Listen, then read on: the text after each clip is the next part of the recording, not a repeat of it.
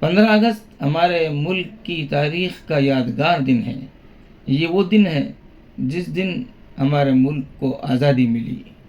شاید نئی نسل کو یہ معلوم ہی نہ ہو کہ اس آزادی کے لیے مسلمانان ہند نے کتنی قربانیاں دی تھیں، کتنے علماء کو جیلوں میں ڈالا گیا، آزادی کے کتنے ہی متوالے تھے جن کی لاشیں درختوں پر لٹکتی رہیں، کتنی بہنوں اور بیٹیوں کی عزت و ناموس پامال کی گئی، کتنی سہاگنوں کے سہاگ چھین لیے گئے، کتنے شوہروں کے سامنے ان کی بیویوں کی عفت و عصمت کی دھجیاں اڑا دی گئیں۔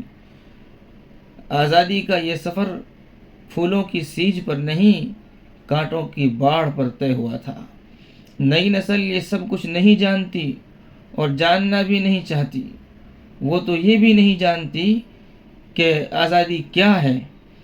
ان میں سے بہت سو کے طرز عمل سے یوں معلوم ہوتا ہے کہ آزادی کا مطلب ہے کھانے پینے کی آزادی، پہننے یا برہنہ رہنے کی آزادی، تھرکنے، ناچنے اور گانے کی آزادی، لڑنے جھگڑنے کی آزادی اور قتل و غارت گری کی آزادی، حلال کو حرام اور حرام کو حلال کرنے کی آزادی۔